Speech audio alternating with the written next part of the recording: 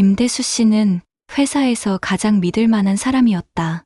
15년째 한 회사에서 근무하며 성실하게 일해온 과장이다. 결혼한 지 12년째 초등학생 아들 하나를 둔 평범한 가정의 아버지였다. 그런 그가 동료 박진우 차장의 부인 민지와 만나게 된 건 우연이었다.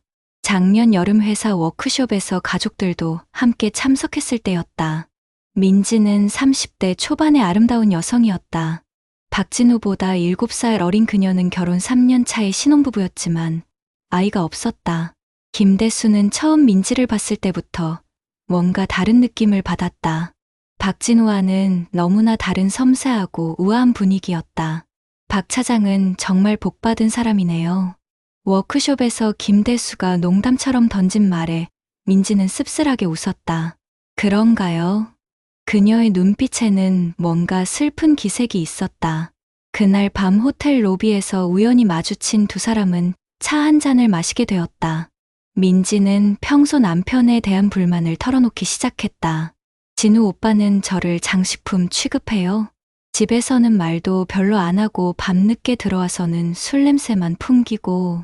김대수는 그녀의 말을 들어주며 위로했다. 그렇게 두 사람의 위험한 만남이 시작되었다. 워크숍이 끝난 후에도 두 사람은 연락을 주고받았다. 처음에는 단순한 상담 수준이었지만 점점 깊어져 갔다. 김대수는 자신도 모르게 민지에게 빠져들고 있었다. 아내와는 느낄 수 없었던 설렘과 긴장감이 있었다. 몇 주 후 민지가 먼저 만나자고 제안했다. 진우 오빠가 출장 간 동안 시간 있으시면 커피 한 잔 해요.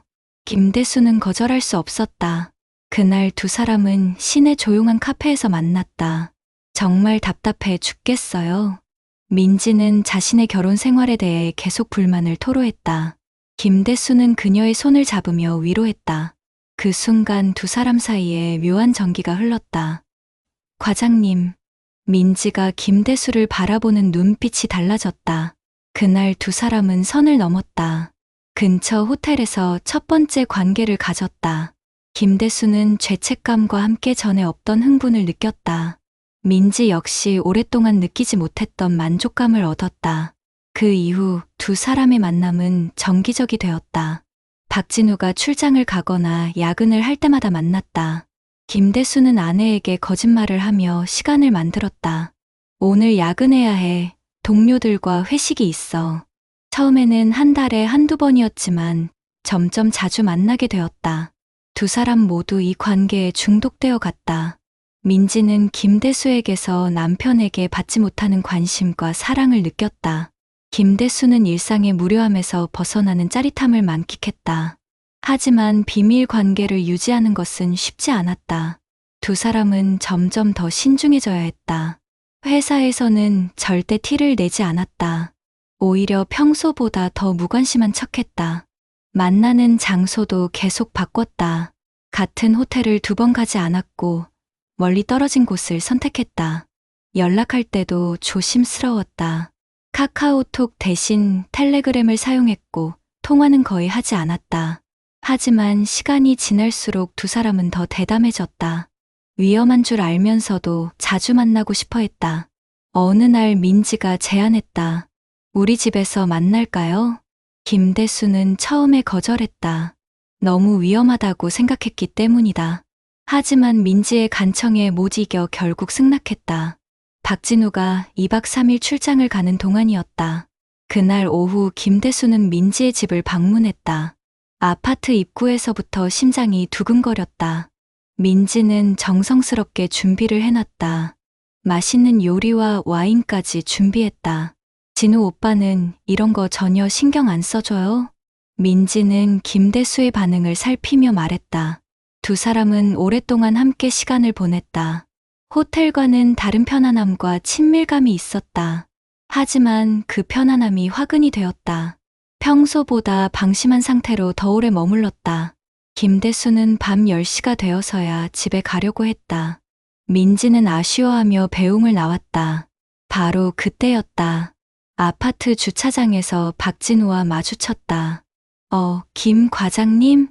박진우는 깜짝 놀란 표정이었다. 출장 일찍 끝나서 들렀는데 웬일이세요? 김대수의 머리가 하얘졌다. 예상치 못한 상황이었다. 아, 그게. 김대수는 말을 더듬었다.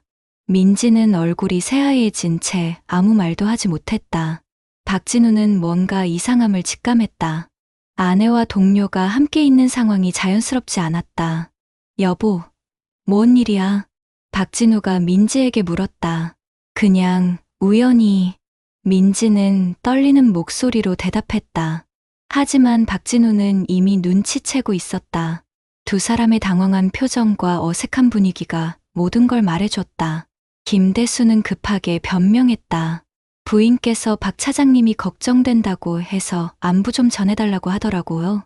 하지만 그 변명은 더욱 의심스럽게 들렸다. 굳이 집까지 와서 전할 말은 아니었기 때문이다. 박진우는 차가운 눈빛으로 두 사람을 번갈아 봤다. 그의 표정에서 분노가 서서히 올라오는 게 보였다. 김 과장님, 저희 집에 온 지 얼마나 되셨어요?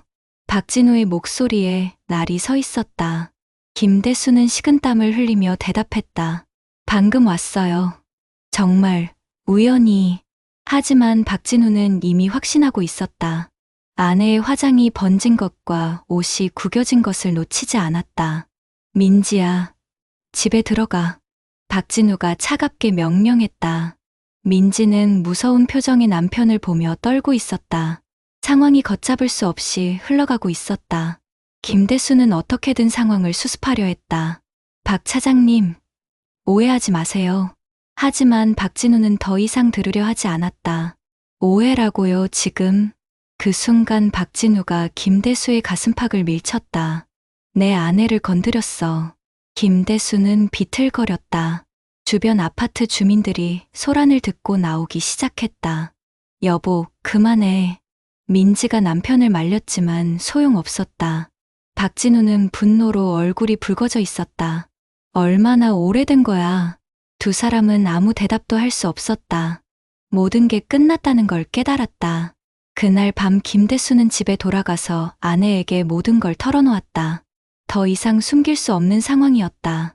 아내는 충격에 빠졌다. 믿었던 남편이 바람을 피웠다는 사실을 받아들일 수 없었다. 언제부터였어요? 아내가 떨리는 목소리로 물었다. 김대수는 모든 것을 솔직하게 털어놓았다. 거짓말을 더 할 수 없었다. 그 과정에서 아내는 몇 번이나 울음을 터뜨렸다. 12년 결혼 생활이 무너지는 순간이었다. 한편 박진우와 민지도 격렬한 대화를 나누고 있었다. 박진우는 아내의 불륜 사실에 분노했지만 동시에 자신의 잘못도 인정해야 했다. 내가 당신을 소홀히 했다는 건 인정해. 박진우가 말했다. 하지만 그렇다고 해서 바람을 피워도 된다는 뜻은 아니잖아. 민지는 눈물을 흘리며 사과했다.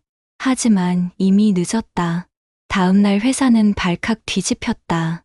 박진우가 김대수를 찾아와 공개적으로 따졌기 때문이다. 내 아내와 바람 피운 거 맞죠? 박진우가 사무실에서 큰 소리로 말했다. 동료들은 모두 충격을 받았다. 평소 성실하다고 생각했던 김대수의 불륜 사실에 놀랐다. 김대수는 더 이상 변명할 수 없었다. 고개를 숙이고 사과할 뿐이었다. 회사 분위기는 순식간에 얼어붙었다. 두 사람 모두 평소 인기가 좋았던 직원들이었기 때문에 충격이 더 컸다. 결국 두 사람은 회사를 떠나야 했다. 김대수는 사표를 냈고 박진우도 같은 회사에 있을 수 없다며 이직을 준비했다. 김대수의 가정도 파탄났다. 아내는 이혼을 요구했고 아들의 양육권을 가져갔다. 아빠를 용서할 수 없어요. 아내의 말에 김대수는 할 말이 없었다. 민지와 박진우의 결혼 생활도 끝났다.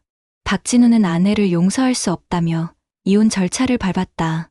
민지는 모든 걸 잃었다. 남편도 잃고 사회적 평판도 잃었다. 김대수와 민지는 서로 연락하지 않기로 약속했다. 이미 너무 많은 걸 망쳐버린 상태였다. 몇 달 후 김대수는 새로운 회사에서 다시 일을 시작했다. 하지만 예전 같은 마음으로 일할 수 없었다. 아들과도 한 달에 한 번 만날 수 있을 뿐이었다. 아들은 아빠를 원망하는 눈빛으로 봤다. 민지는 친정으로 돌아가서 지내고 있었다. 사람들의 시선이 부담스러워 외출도 잘하지 않았다. 1년이 지난 지금도 김대수는 후회하고 있다. 순간의 잘못된 선택이 모든 걸 망쳤다. 그때 민지를 만나지 않았더라면, 처음 호텔에 가지 않았더라면, 하지만 이미 돌이킬 수 없는 일이었다. 김대수는 지금 혼자 원룸에서 살고 있다. 15년 다닌 회사도 그만두고 가족도 잃었다. 가끔 민지 생각이 날 때도 있다. 하지만 연락할 수는 없다. 너무 많은 걸 망친 관계였기 때문이다.